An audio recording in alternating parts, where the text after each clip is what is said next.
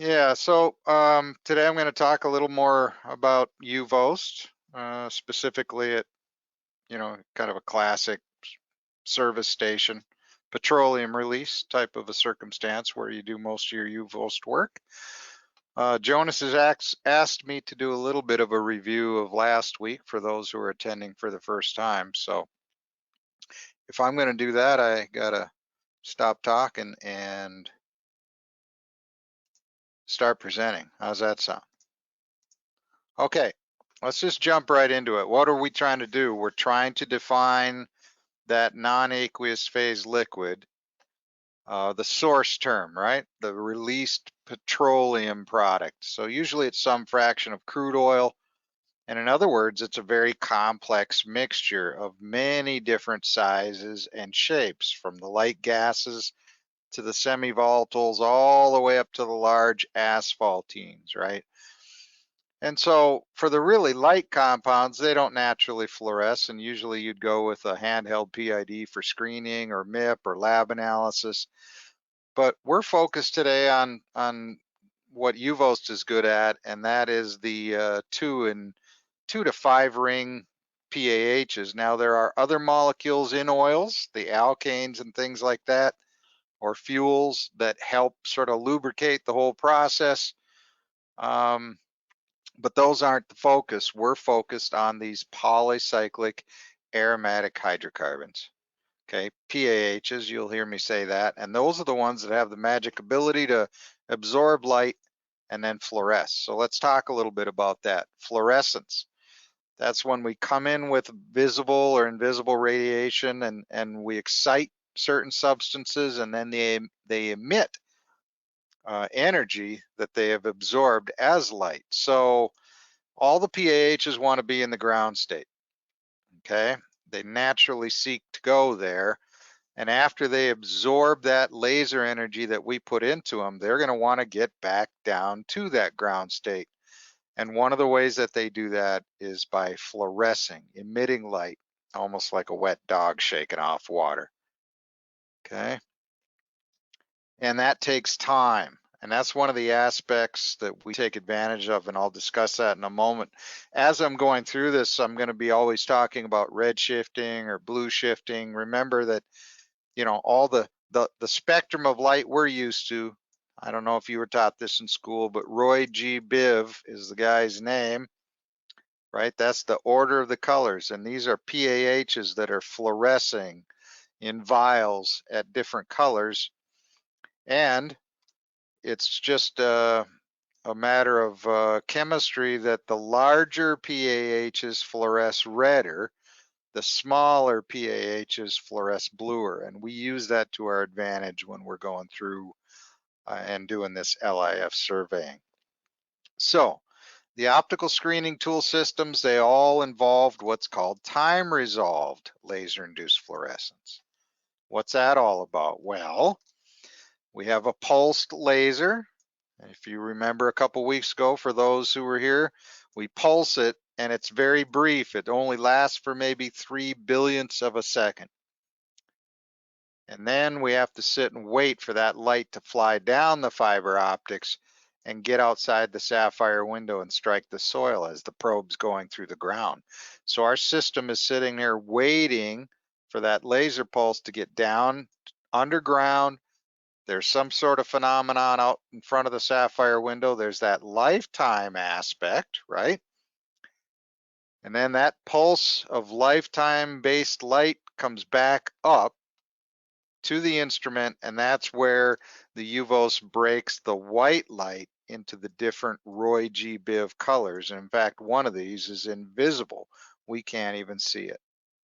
And that's kind of how the whole thing works. So I'm going to walk you through very quickly a little example. So we've got the UVO system. In fact, this is a Targo system. It doesn't really matter, but you've got an LIF system. You got fiber optics pre-strung through the rods, and you're calibrated and you're ready to go. So you set that up on the geoprobe, and the geoprobe steadily advances, or a cone penetrometer, you steadily advance that into the ground. And the whole idea is we're pulsing the soil just outside the window as the probe's moving down. Now, when we're in dissolve phase or the vadose zone, where there is no actual NAPL, we tend to get almost no signal whatsoever. We might get a small background. And so those 4 little time resolved peaks are very, very tiny. Okay. Now under this scenario, we put another rod on and we probe some more, and we're into some sort of a non-aqueous phase liquid, petroleum hydrocarbon. And in fact, I can tell from experience looking at that waveform that it's NAPL and it's gasoline. And it's identified by that shape of those 4 pulses that have run into each other. And I'll explain a little more about that in a minute. So if we continue to push and we get into this second NAPL type, I'll be darned, it's diesel. And that's indicated by, again, by that shape. And I'll explain more in a little while. And finally, maybe we'll pass through some minerals. And in fact, we often do, minerals that fluoresce, clays and things like that, calcites. We know this is calcite by the shape of this waveform right here.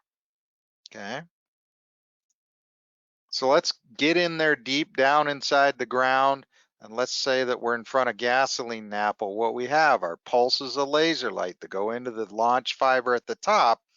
They come down into the probe, and then they go out and they strike the soil right in front of the sapphire window, and that results in pulses of fluorescence that come back up to the photomultiplier tube. So when we're in light staining, those pulses are relatively modest in height and area. And as we get into higher saturations of fuel or oil, that usually is accompanied by an increased size or amount of light that is coming back up whole and striking our photomultiplier tube. Now there's the laser pulse referenced compared to what the lifetime of the fluorescence. The fluorescence lasts longer because not all the polycyclic aromatic hydrocarbons fluoresce, some right away. Some of them actually wait quite a while before the last guy finally fluoresces. So you're looking at a distribution across time. Now, unfortunately, if we get into gasoline, we might see this nice cyan blue. That's kind of a classic color. But certain diesels are going to have virtually the exact same color of fluorescence. So we don't have really good discernment between the two. But luckily, the diesels usually have a much longer lifetime unless they're extremely weathered. Okay, and we can use that as a way to differentiate between the two. Remember, there's that lifetime and the different sort of chemistry soup, right? The ingredients of these different fuels and oils changes the lifetimes and the colors both. Okay, now, but UVOST actually tears that one pulse apart into the 4 different colors, right? And so that's a gasoline waveform. That's the diesel waveform we talked about before, and they're mineral. So it just strings together 4 colors and we get nice, what are called waveforms. So all these LIF logs or the UVOST log is really just a library with lots of those waveforms stored away. And the software processes those and comes up with an intensity. How bright was the fluorescence? In other words, on this axis is, relatively speaking, how much fluorescence or how much fuel or oil do you have down below the ground? Okay. And then the operator can scroll up and down and highlight zones of interest. And those are called callouts over here on the left-hand side. And then we use colorization. We can use the waveform shape to paint the data as different colors to immediately alert you, the consumer or the operator, that, oh, we're into something completely different in that horizon. So in the data we're going to talk about today, the case study I'm going to cover, you're going to see different colors, and those are all arising because they have different amounts in the 4 different channels. So if you think about swirling this amount of red, green, orange, and red together, you're going to come up with these types of colors, and that comes in handy then because looking at this log, I can immediately recognize I've got different chemistry here versus here, for instance. And there's the 4 colors or wavelengths of light that are used in UVOST. On my way through here, you might see some bold lines along the side. That means that the operator picked this whole region here as a call out. And so you can see it's the average of from 15.98 to 18.91 feet and resulted in an average of 14%. But you can see some of these are peaking out at 100% RE. Okay, and that's the intensity of the fluorescence. So I think I mentioned this earlier, the size and structure of the PAH controls in general the trend of what colors of light are emitted by those PAHs. And general trend is that your smaller PAHs, the naphthalines, things like that, are very blue shifted. In fact, they fluoresce down in the ultraviolet where our eye can't even see, but the UVOST can. Okay, so I'll be saying the word blue shifted quite a bit, and that just means the smaller PAHs are dominating, or the smaller PAHs. And when I say red shifting, that just means these large 4 or 5 rings are probably dominating, so they're getting out into the blue colors. So even though they're color-coded red, in actuality, we're measuring kind of a blue-green color for UVOST. Okay, very quickly, so this is how it works. If you mix up various amounts of diesel on sand, create a concentration calibration set, right? With increasing concentration, that's the photographs of those same diesels on sand, and the waveform increases in size as the pore saturation is increasing. And all of these numbers right up here are relative to a reference emitter, an oil that everybody who owns a UVOST uses that same oil.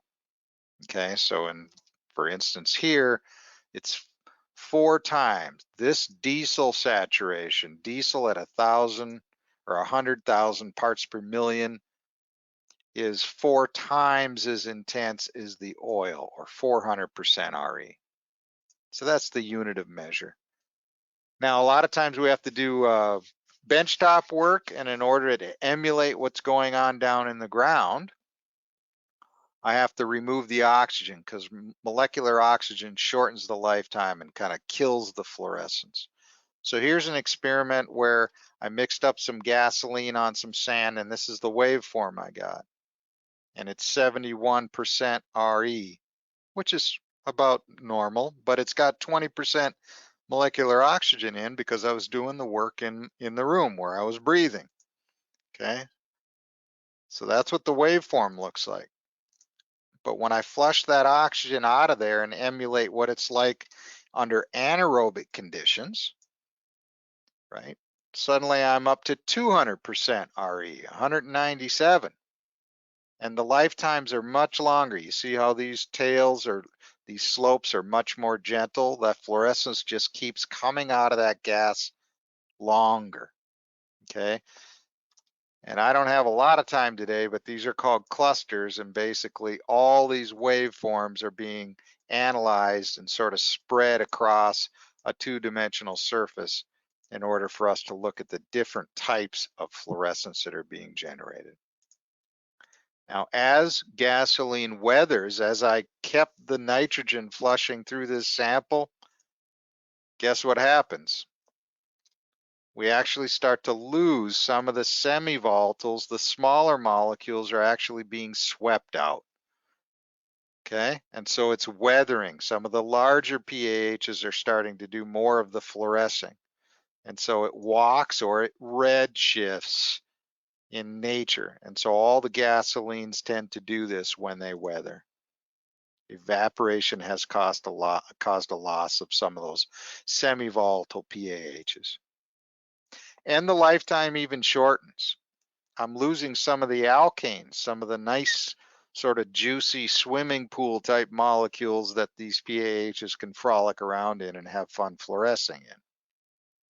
Now, weathered gasoline is completely different because it's had a long time to lose those smaller PAHs, okay? And so those land further to the right on a cluster diagram and typically lower. Okay, so a lot of those semi-volatiles have been lost. These are 7-year-old gasoline I found in some old jars from experiments I ran 7 years ago. And then here's 18-year-old sand and gasoline in a plastic jar. So now all the gasoline's gone. And this is where calcites and clays and lots of crushed limestone and other minerals end up fluorescing. It often looks like a nice little Neptune's trident spear down here. Okay. And those are a lot of waveforms for us to deal with. In one log, there could be hundreds or even thousands, depending on how slow and deep you push. So we've generated these cluster diagrams in order just to track where the different types of product usually end up, okay? So we process those, and when we do, we end up with a bunch of values of lifetimes and intensities, and we use those to plot them out. So on the x-axis is color and wavelength, and on the tau is the lifetime. Okay, so the higher on the y-axis, the longer the lifetime. And when we do that, things like creosotes and bunkers and coal tars, heavy materials with short lifetimes, very red shifted, they end up down in this corner. Crude oil starts to lift up. Gasoline spent a lot of time in the middle here. Diesels are always very high because they have long lifetimes. And then things like jet fuels and kerosenes, they fluoresce. They're dominated by the naphthalene in this ultraviolet channel. So they're way over here on the left-hand side, the very blue shifted side, and they generally have a longer lifetime. In fact, here's a bunch of gasolines, just various gasolines taken right out of the pump, and then I run that nitrogen flushing. In other words, it's a kind of a mini sparge test. And you can see that all the gasolines have their own unique, some of them weather a lot, right? Huge shift, red shift in just 15, 20 minutes of volatilization, whereas others haven't shifted very much at all. They shift, but they always shift towards the larger PAHs. They always get these smaller blue channels get removed as they weathered.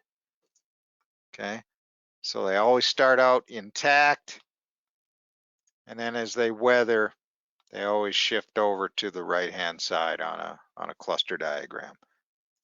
And this becomes important for interpretation, which we'll talk about in a bit. You'll notice none of these gasolines get up in that long lifetime regime that diesel does. Okay, let's take a look at some diesel. Well, how does diesel behave? Well, it starts out with a pretty long lifetime, right? And then as I run a weathering experiment, I try to weather it, but at the end of the weathering experiment, it's still quite strong. Okay, so it doesn't blue shift much or red shift much at all because it's not very volatile. Okay, and those PAHs generally are protected in that oily type of a material. They're protected from volatilization by that oily material. So it's much more recalcitrant. And that's just kind of a hallmark of a diesel or heavier mid-weight fuels and oils is they generally have that same color, no shifting back and forth. Whereas a gasoline, at almost every service station we're at, we're going to end up with that weathering happening where we're going to see different colors, blues, greens, yellows at the same site because we're seeing gasolines at varying degrees of weathering. Okay. And so what I'm trying to do is lay a groundwork for the basics that I covered a couple weeks ago. And now we're at the point where we can dive in and do kind of a deep dive on, hey, how do we put this to work for us? And what better way to do that than look at a case study? Everybody loves a case study. Here's one for you. This is a retail petroleum station that operated since 1954 in Tennessee. Okay.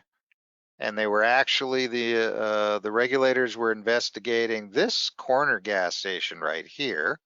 They went across the street and put a well in, and they got a hit on benzene of 5.4 parts per million.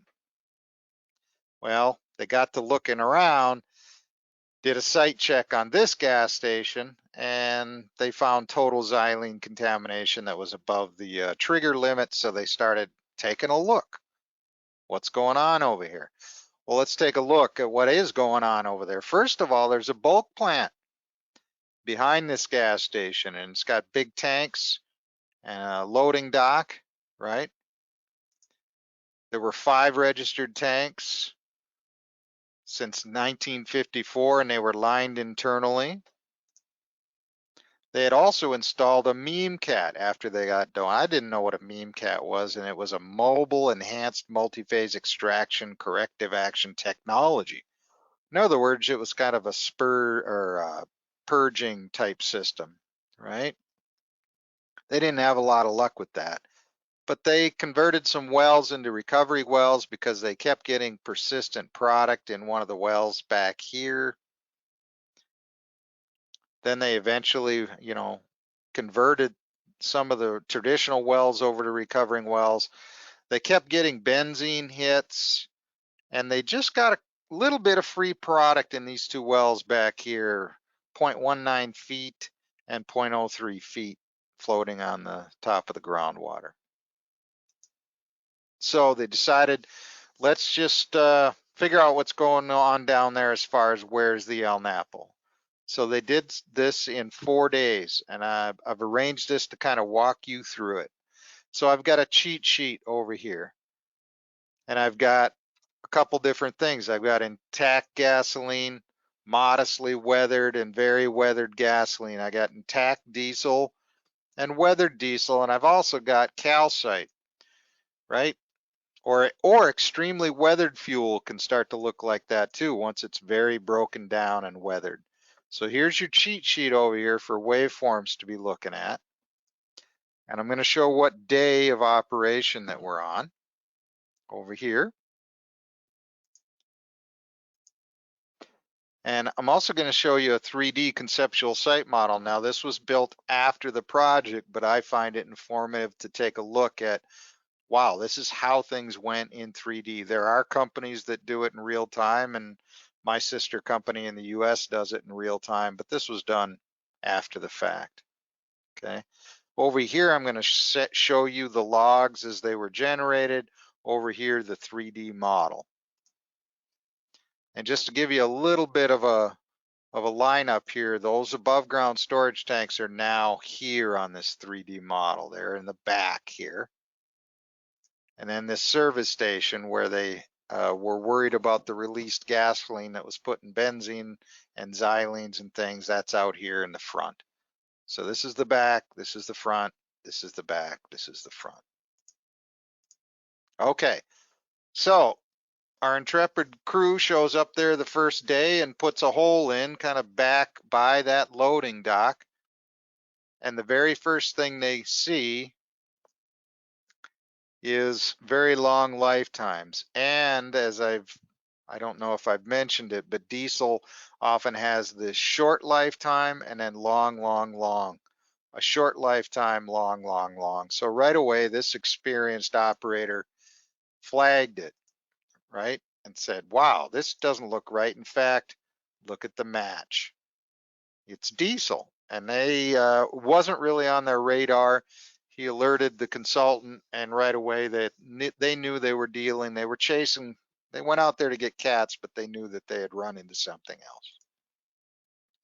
Now, one of the wells next to this particular log had just 1 centimeter of NAPL on the groundwater. But look at the impact all the way from 30 feet to 32 feet.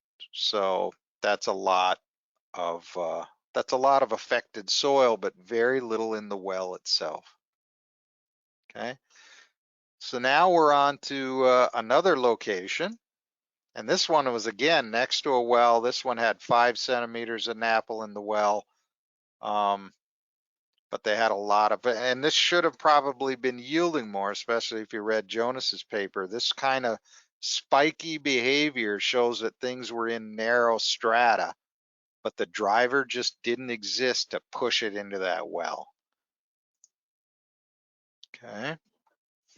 So we're still on day one. We're at location number 7. And number 7 happens to be right next to that terminal where they pump the product in and off of trucks, a loading area.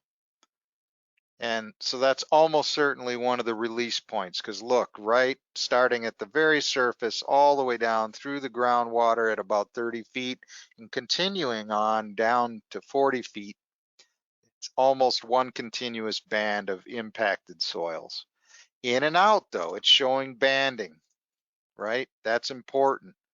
That tells you geologically that you've got little lenses of product, areas where the fuel can't get to and areas where the fuel happily gets to. And here's that cluster diagram for all of these different types of responses. Now, just by happenstance, this is a 50-50 mix of gas and diesel that I did for this project, in fact. And I was kind of amazed at that same type of trail, right? Same distribution. So what we're getting here is a lot of kind of weathering and intermixing of weathering and or different types of product. Here you can see this particular NAPL is highly weathered, and then there are other areas where the blue, the ultraviolet fluorescence is still intact, so it's modestly weathered. Okay. Now we're on day 2 at location 8. And finally, for the first time, we're getting clusters that don't have any long lifetimes. And if we look at those waveforms, aha, your brain should be able to match that up. There's none of that short, long business anymore. They're all modest, same way, same lifetime, but very ultraviolet dominant, and that's gasoline. So finally, those UVOST waveforms, we went out there, and it took them a whole day until the second day until they mapped out what was supposed to be or what they were looking for initially, and that is gasoline. And look where that's happening. If I go back, that's actually starting to take place as they start to work their way out finally towards the service station, out towards the front. Back here, they were getting lots of diesel signatures. As they worked their way forward, they started to get into gasoline. And now on day 2 at location 12, they are getting some hits right up here, suspended well above. The groundwater here was around 30 feet.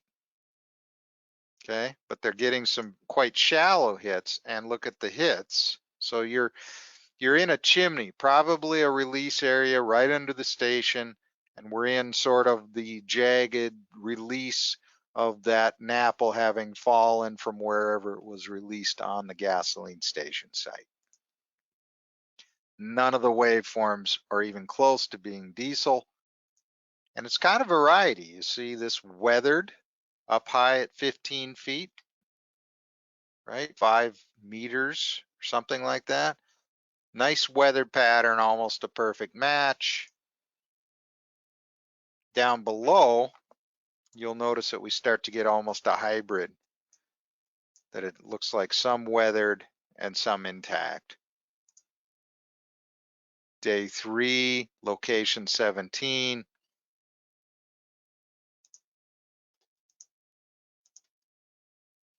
And up here is kind of an orange signal. What's that about? Whoa, I lost my presentation. Now I got to start it. Sorry about that.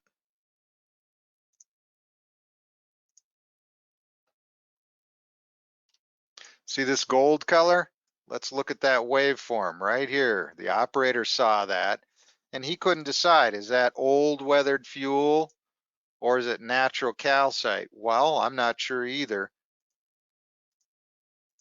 right? But where does it go? Down to this. This is kind of the graveyard for LIF, for UVOST.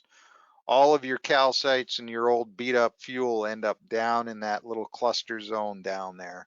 So we don't know for sure, we just know it's not intact NAPL. And in fact, it's an awful good match for that calcite example that I have down there in the corner. So that's kind of how you use all this stuff. This is nice intact gasoline down right on the groundwater table. Okay, so really nice match there again. Now, when you're chasing a plume, we're trying to define it, right? We're trying to corral this thing and get the definition of how big is it. So we're always working our way out and trying to bound that outer edge. That means on occasion, we're going to be getting out into pretty weak signals. Look at these are only 15, 20% RE, okay? But again, where does this shallow NAPL being encountered? Right, very weathered NAPL right here, right in that chimney zone again. Okay, and now here we're really out on the edge, way over here, getting east of that service station, and we're kind of running out of gasoline. This is the natural kind of baseline of the calcite or the clays and things like that, kind of meandering. But there's one hit right here.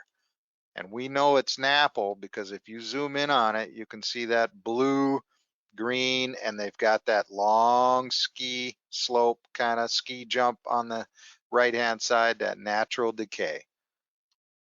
For sure, that's gasoline. Okay, no doubt about it. So it's high confidence. It left this home cluster. We know it's a hit. So that's sort of the edge. We're getting right at the outside edge of where that non-aqueous phase liquid is at. Okay. Now, lately we've been reprocessing and everything's on the same log. So I reprocessed this data again, and now everything's on the log. The LIF response, the lifetimes, and the color versus depth, and the cluster. So these data points right here, those waveforms, those are caused by this little zone where we got right out on the edge of the NAPL. So this is not NAPL, and this is. And you can see that one little lifetime blip right there, a longer lifetime right at 18.84 feet. There's only one place I have seen UV fluorescence with a long lifetime that isn't due to NAPL. And that's from the Aleutian Islands. We're out doing formerly used defense site characterization from the World War II war effort.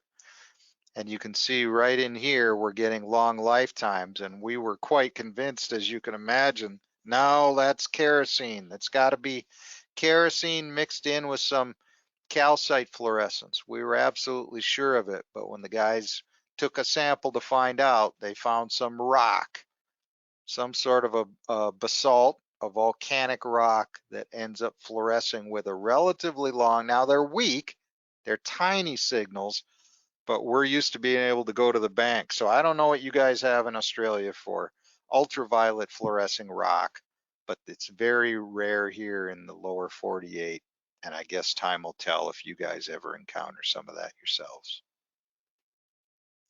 And then finally, towards the end here, we're working our way back towards that big tank battery, back into the chimney. And then we even found some very shallow NAPL, basically just under the surface. So we're getting very close. So this little loading dock area is very highly suspect of being one of the sources. Okay, so man, this is awesome. We've got a 3D conceptual site model. We're pretty confident in it because of those waveforms. We know it is, there's no false positives involved, but man, that's a lot of data. Now, I went through this same kind of a presentation with the state of Tennessee, and they were very impressed by those waveforms, the fact that there was diesel. In fact, these guys don't pay weren't paying into the same fund that this retail service station did for the tank yank fund, the tank removal fund. So there's a little bit of a question about, well, whose NAPL is it and who should be paying for treatment or removal should that occur? Okay, so they asked me, well, can you break that 3D total fluorescence up into the different types of fluorescence that we think that we were seeing? And I told him yes, and the way you do that is using non-negative least squares fitting. What's that? Well, I went through and I collected from logs that I have experience, right? And I collected waveforms from different logs at different depths that I thought fit sort of the classic for diesel, intact gasoline, weathered gasoline, and false positive from what I think, knowing Tennessee now, that was clay. Okay. And then I run the software that I've written runs through and it processes.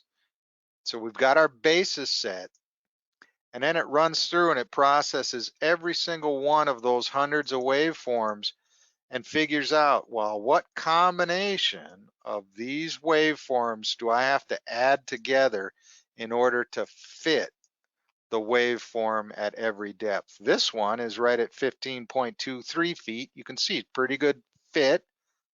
The raw data is in cyan and the calculated waveforms in black. And here you can see that it shows some gasoline weathered gasoline, the green, some intact gasoline blue, and then a little tiny bit of diesel, but not much. Okay. But when we get down here, look, all it had to use was the intact gasoline, almost completely dominated the contribution. So this is intact gasoline down here, but when we get down to the bottom, we start to see those longer lifetimes, short, long, long, long. So it starts chugging in a bunch of diesel in order to properly fit that. So when it's done, it actually drops the relative contribution into different mathematical buckets, right? So now we've got depth versus fluorescence response of the different types of fluorescence or different types of product, or even false positives. Look, it found this little orange hump right down here. At this particular project, it isn't a problem, but we have had projects where the false positives are a big problem, but you'll notice how it dropped all that fluorescence into the false positive bucket. Okay, so it takes me maybe 3 hours to do this type of an analysis, and in the end, we've got all that data now versus depth. Okay, and so the result is perhaps the world's most accurate and complete visualization of a mixed fuel spill. I'm pretty sure it is anyway. I don't know of anybody else who's got high resolution data that they're able to parse apart and then actually paint a picture in 3D of where they're seeing these different types of fluorescence. And it wasn't too difficult, maybe 4 days of LIFing, right, with the UVOST, and then some data processing, and now we've actually broken things up into the different bits, okay? Now every data set, Jonas's old data, other data that's been done by you fellas down there, you were able to process this data. That information stored away, it's just that we have to intelligently figure out what it means. So here's that diesel, okay? Here's where I saw the diesel waveform. Here's where the intact gasoline waveforms were dominant. And then here's where we saw weathered product. And now this area here could all be weathered diesel, because really weathered diesel and weathered gasoline start to sort of share the same look. But look, even little weathered tops and bottoms, little weathered gasoline tops and bottoms, if I go back to the intact, you'll notice that at the top and bottom of that NAPL body, we're seeing little nuggets. The data processing is sensitive enough to even detect the little bits of weathering that occur at the top and bottom. So every NAPL body, so I've got, diesel, a combination of diesel and gasoline, but look where it threw some weathered gasoline in. Where? Right, always at the top and the bottom edge, where you're going to have the better weathering conditions. Right in the dead center of a whole bunch of gasoline and diesel, you're not going to get much weathering. All the weathering's going to occur out on that other outer skin. So that's pretty neat. Let's take a side view, and I threw the groundwater surface in there. Well, isn't that nice?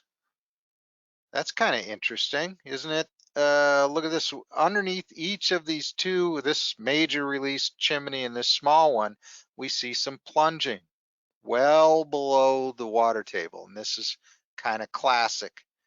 Now, is that a coincidence? I don't think so. When you think about what mechanism these NAPL bodies use to hold themselves up and not keep falling, they float on water, but they don't weigh nothing. They're not corks, right? So they do have some mass, and they have to displace water in order to hold themselves up.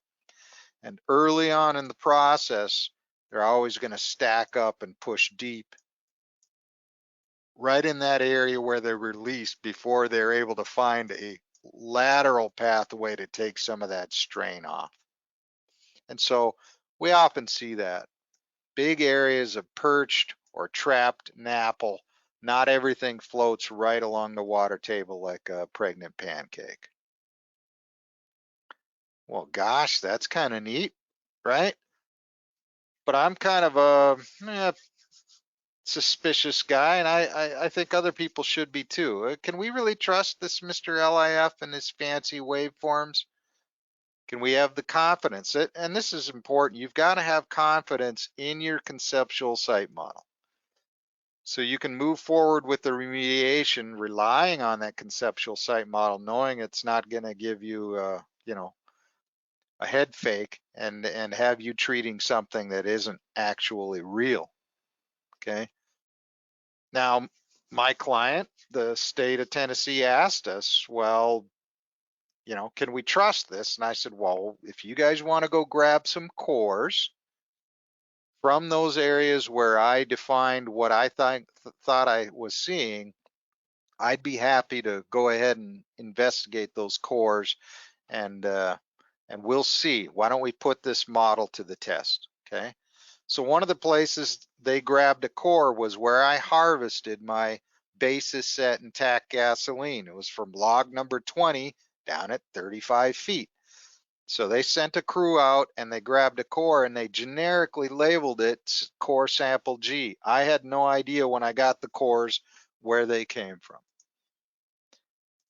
They also gathered what I recommended was a weathered gasoline from where I harvested the weathered gasoline. So they went to that location and cored that horizon, and they put the caps on the core and sent that one to me.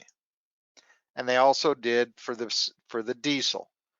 Way back here in the corner, here's that above ground storage tank. They had a history of diesel. This gas station never did. I told them, get way back in the corner where I harvested my basis set diesel. You go down, grab me a core, generically label it, and send it to me. And that's what they did.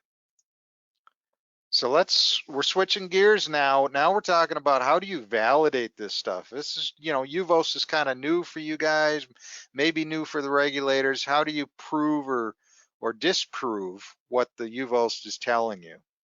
Okay.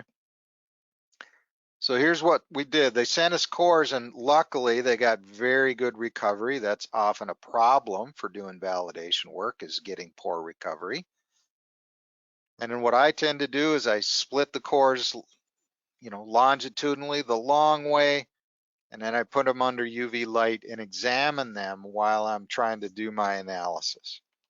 Okay, so these were the core A locations. They were from the diesel zone. I didn't know it at the time. I just cracked open core A and started doing my thing. And what I like to do is multiple lines of evidence. The more lines of evidence you can grab from the same horizons on cores, the better off you're going to be when you're trying to prove or disprove something.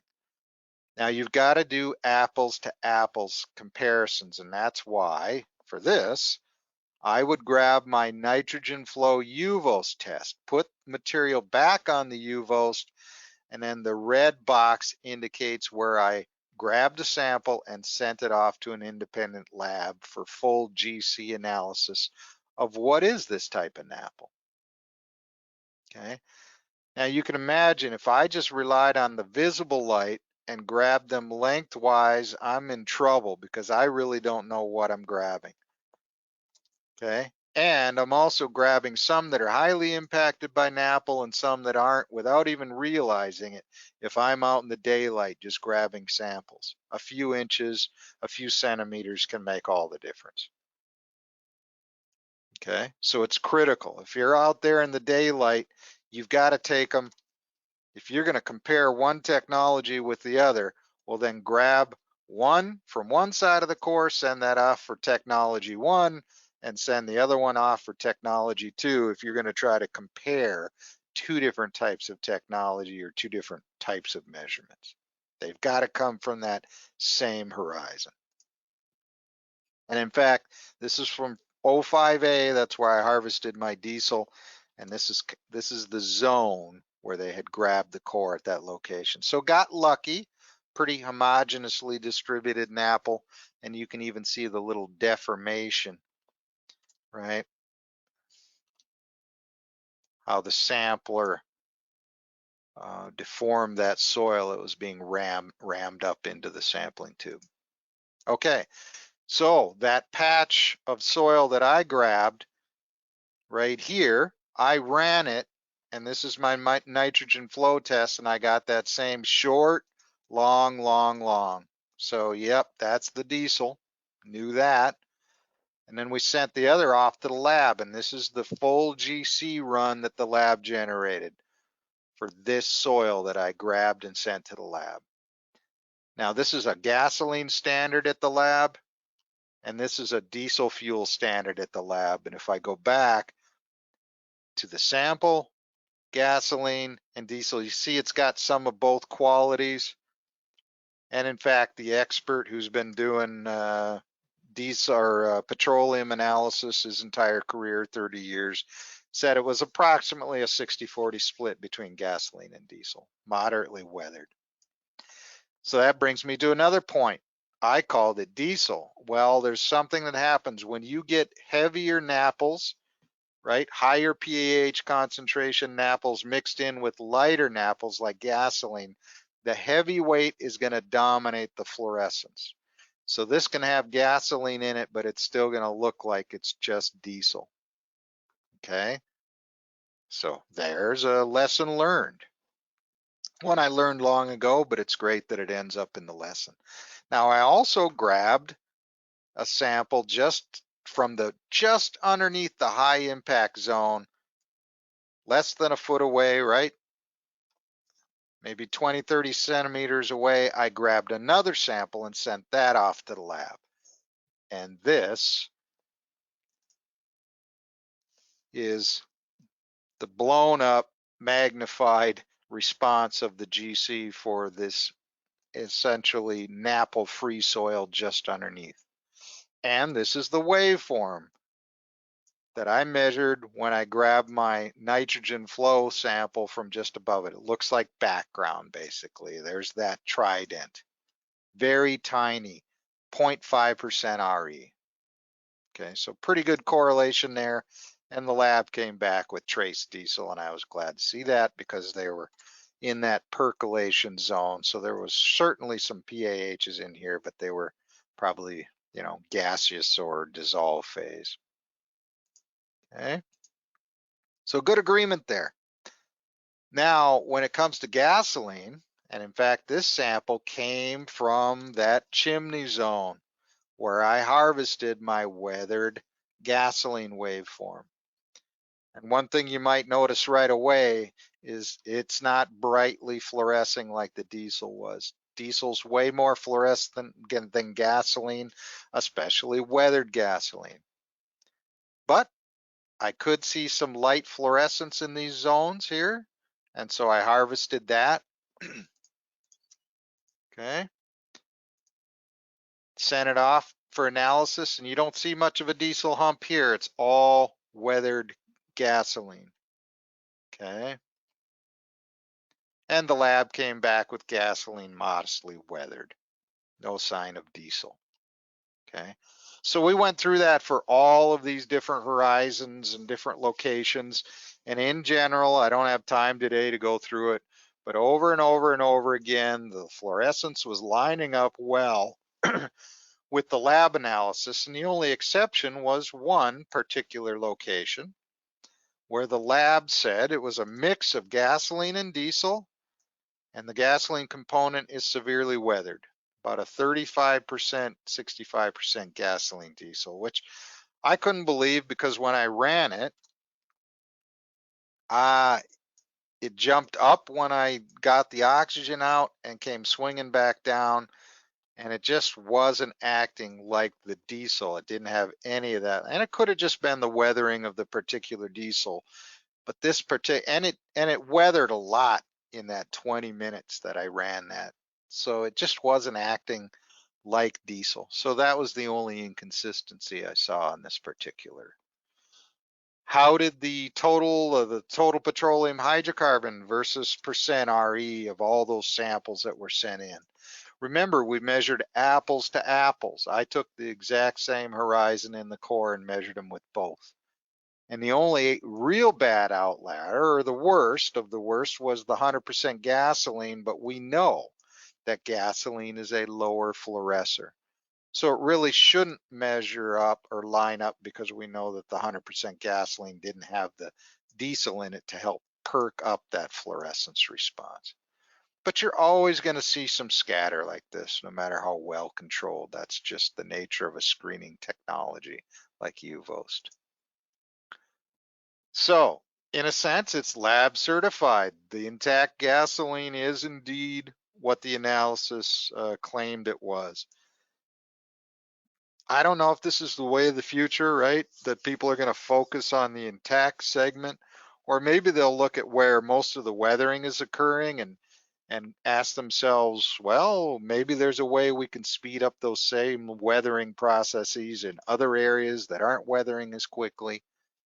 Okay, but there are ways, and maybe your project, maybe one of your future projects won't be gasoline weathered, or it'll be a tank farm, or it'll be company A's product looks different than company B's product, and you need to break that LIF response up into the two different types of NAPL and assess somebody for responsibility of one part, and the other party gets a responsibility for the other.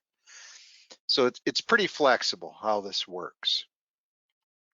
Now for something completely different before I end today, something kind of interesting that we've been working on lately, and that is UVOST and activated carbon injections.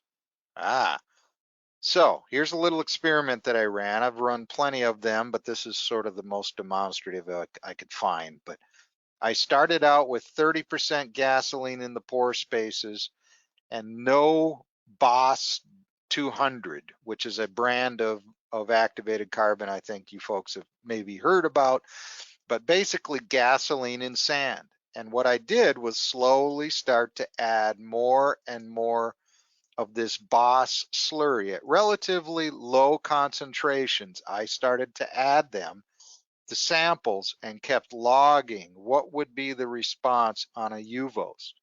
And something interesting happened, as you can see. Okay. Remember that gasoline is, in a sense, a mini GC or a picture of the size, ring size of the PAHs. Okay. Well, activated carbon selectively, the bigger the PAH, the more it's going to stick to that activated carbon. So it's preferentially removing the larger PAHs. And we should see that then in the waveform. It's stripping the larger PAHs out of the gasoline. It's leaving behind the BTEX and the naphthalene. The whole idea of inserting that activated carbon is to put a huge surface area breeding ground, basically, or a substrate, almost like a filter in an aquarium. And that's exactly what we see. It's also destroying the fluorescence. Number one, because it's black, but it's literally absorbing and removing a lot of the PAHs from the picture and not allowing them to fluoresce. So it's not actually gobbling up the NAPL, it's stripping out the fluorescent portion of the NAPL. And in fact, towards the end here, you can see that it's doing exactly what we would think, except it's the opposite of weathering, right? With weathering, things are always moving in the red direction.